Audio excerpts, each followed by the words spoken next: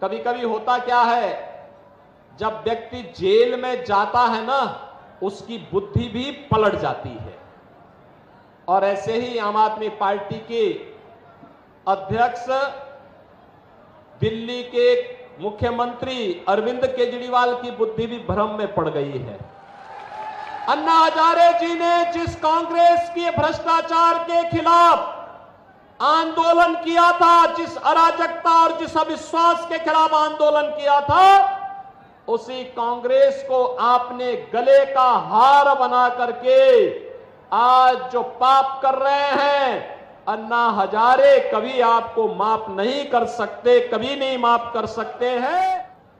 दिल्ली वासी इस बात के लिए परेशान हैं कि कम से कम अरविंद केजरीवाल जेल के अंदर थे तो उनकी खांसी बंद थी, अब फिर बाहर आ गए, अब दिल्ली वासियों को फिर खांसने के लिए मजबूर कर देंगे।